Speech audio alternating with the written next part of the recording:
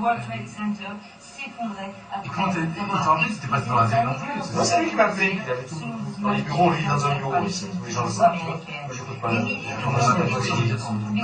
quartier faisant craindre un très lourd bilan, notamment parmi les centaines de sauveteurs qui avaient accouru de tous les quartiers de New York. Des gens ont été vus par des témoins sauter par les fenêtres de l'immeuble au moment même où les deux immeubles se désintégraient.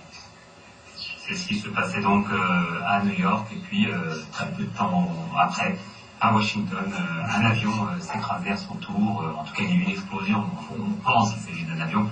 Un avion s'écrasé sur le Pentagone, qui est le siège du département d'État à la Défense, le secrétariat d'État à la Défense. Et par ailleurs, il y a quelques minutes, confirmation par Louis Gosset et par la chaîne de télévision américaine ABC, une voie de coup de New York, mais pour l'instant, il est absolument impossible de le confirmer. Cette série d'attentats qui visiblement est très très bien coordonnée. Oui, je pense qu'évidemment les comptes seront faits un peu plus tard. Pour l'heure, c'est la stupéfaction, c'est la consternation devant cette opération. Rappelons-le, de très grande ampleur, avec ce double attentat au cœur de New York, avec ces deux attentats aussi à Washington. On essaie de tout faire évidemment pour le neutraliser, mais vous imaginez bien que alors vous arrivez là, donc c'est à la... de décider de prendre... C'est historique malgré moi. Prendre à des gens qui sont des victimes innocentes, qui se trouvent à l'intérieur. Parce qu'on découvre ça en direct, donc c'est... Même par une bande très très organisée. C'est le début de la... vraiment le début du troisième millénaire. C'est aujourd'hui que ça commence. Voilà. Donc tout le reste c'était des répétitions, c'est maintenant que ça commence. Voilà. Donc on sait même plus, on peut même plus parler de troisième guerre mondiale prévue. Là c'est cataclysmique. Je crois que c'est beaucoup plus fort que s'il y avait eu une bombe atomique, hein, comme sur l'âme humaine, ça va être absolument effrayant, quoi. Oui, et ça passe évidemment par les médias. Même chose pour Colin Powell, qui est son secrétaire d'État. Alors si vous permettez, je vais donner un petit coup de fil. Allô. Alors, ben, joyeux anniversaire alors. C'est là alors ton anniversaire.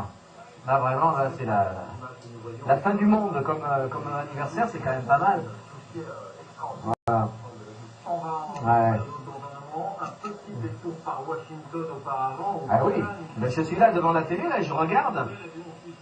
Et justement, un troisième avion qui donc, voilà, donc ma mère me dit qu'il y a un troisième avion qui va venir finir le travail. Là. Voilà. Donc c'est plusieurs volcans. C'est vraiment l'Apocalypse, cette fameuse Apocalypse sur laquelle j'ai tellement travaillé, ben là voilà. Quoi. Donc c'est extraordinairement joanniste en effet. Là, et oui, bah ça c'est... Tu t'en souviendras de tes 71 ans. Le 11 septembre, pareil, c'est incroyable. Donc voilà, donc on est de tous les côtés, c'est la panique partout. C'est assez grandiose, là, c'est assez grandiose. D'accord, et bien alors joyeux anniversaire. Joyeux anniversaire, parce que c'est grâce à toi que je suis né, et surtout là-bas, ça nous touche davantage. Exactement. Eh bien, on se rappelle. D'accord. Voilà, donc on a tout, c'était bien de mélanger tout ça, parce qu'en fait, j'ai téléphoné à ma mère pour son anniversaire, parce que c'est l'anniversaire de ma mère, aujourd'hui. Donc elle a 71 ans aujourd'hui, c'est son anniversaire juste le 11 septembre. Alors ça nous touche. Je pense surtout que, je ne sais pas si on le sait, mais moi j'ai été conçu à New York, exactement au pied de ces deux tours. Mes parents ont vécu là-bas, en 54 à 58, et je ne suis jamais allé à New York depuis. C'est-à-dire que je ne verrai jamais New York comme ça a été, quoi. Un nouvel avion s'est écrasé, vous voyez, ça c'est près de Pittsburgh, 11 septembre, New York. New York, pour moi, ça a toujours été un mythe, à cause du jazz, bien sûr, et à cause de cette conception. Donc il y a quelque chose d'avant la naissance, pour moi. Pour moi, New York, c'est quelque chose d'avant la naissance, et maintenant, c'est quelque chose d'après la mort. Ma vie, moi, j'ai travaillé sur l'Apocalypse et sur la catastrophe. D'ailleurs, j'ai été influencé pour ça par Léon Blois, vous voyez, dans la photo est toujours chez moi, parce que c'est un des grands maîtres de ça qui a analysé la façon dont Dieu, en fait, punit les hommes par l'intermédiaire de catastrophes. Il ne se manifeste jamais mieux, Dieu, qu'en exprimant sa colère sur les hommes. Voilà. Et donc là, on est au centre même du dispositif divin. puisqu'apparemment c'est à l'issue de ce conflit éternel et qui se passe au Proche-Orient, en Terre Sainte. C'est de là qu'évidemment est issue devait sortir la véritable apocalypse de notre temps. Voilà. Alors, l'année dernière, exactement à ce jour-là, j'étais à Patmos. Je suis allé passer 7 mois dans l'île de l'Apocalypse, là où Saint Jean a écrit l'Apocalypse. Et c'est un texte que j'ai beaucoup travaillé là-bas, tout seul, presque dans une grotte à côté de là où Saint Jean a vécu. Et j'assiste à la véritable apocalypse qui se passe dans ce que Saint Jean lui-même aurait appelé la Babylone. Pour lui, c'est Babylone, New York aussi. Il faudrait analyser ça comme ça. Voilà. Mais c'est très à chaud. Hein. Donc là, je vous dis, en ce moment, c'est comme si j'écrivais des brouillons. Hein. Voilà. Peut-être qu'un jour, ça prendra une autre forme. Et tout ça, filmé d'ailleurs très bien par la télévision, là, française. On a les informations retransmises d'Amérique par TF1. On peut aller sur la 2. Tout le monde est bouleversé parce que ça dépasse même la politique. Là, on atteint vraiment la mystique pure. Là. Donc, si je vous parle aussi par rapport à moi, c'est que ça réunit.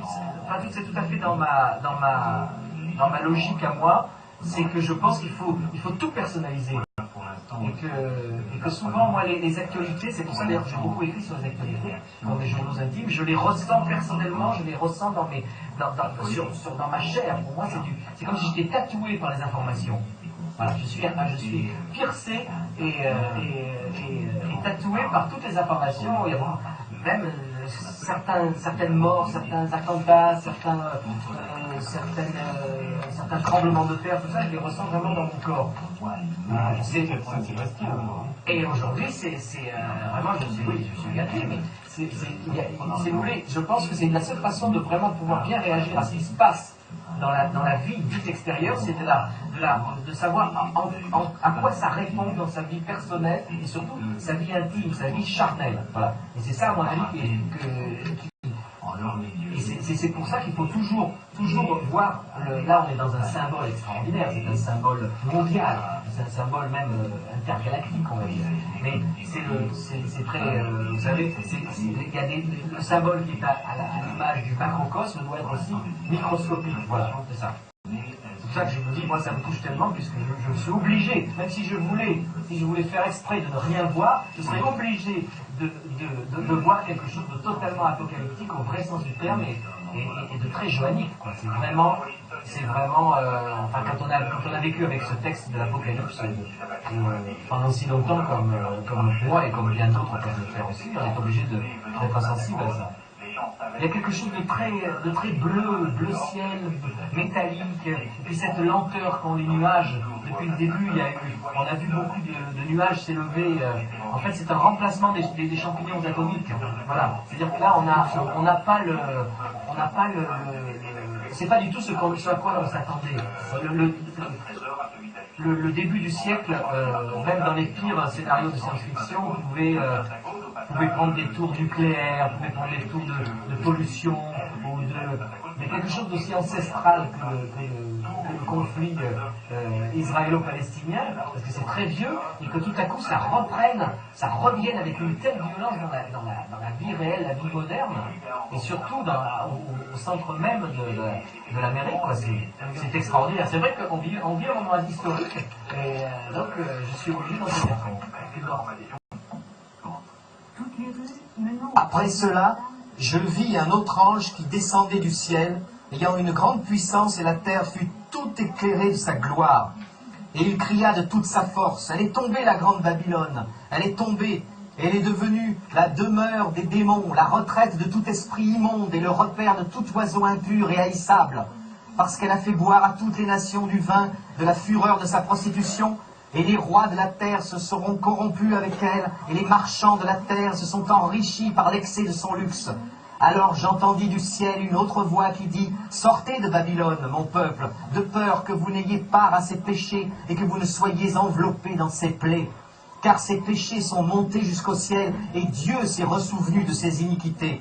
Traitez-la comme elle vous a traité, rendez-lui au double toutes ses œuvres. Dans le même calice où elle vous a donné à boire, faites-la boire 2 fois autant. Multipliez ses tourments et ses douleurs, à proportion de ce qu'elle s'est élevée dans son orgueil et de ce qu'elle s'est plongée dans les délices. Parce qu'elle dit en elle-même, je suis sur le trône comme reine, je ne suis point veuve et je ne serai point sujette au deuil. C'est pourquoi ses plaies, la mort, le deuil et la famine viendront fondre sur elle en un même jour, et elle sera brûlée par le feu, parce que Dieu qui la condamnera est puissant. Voilà, enfin, le texte de l'Apocalypse ne peut pas mieux sonner qu'aujourd'hui, en direct, avec la véritable Apocalypse.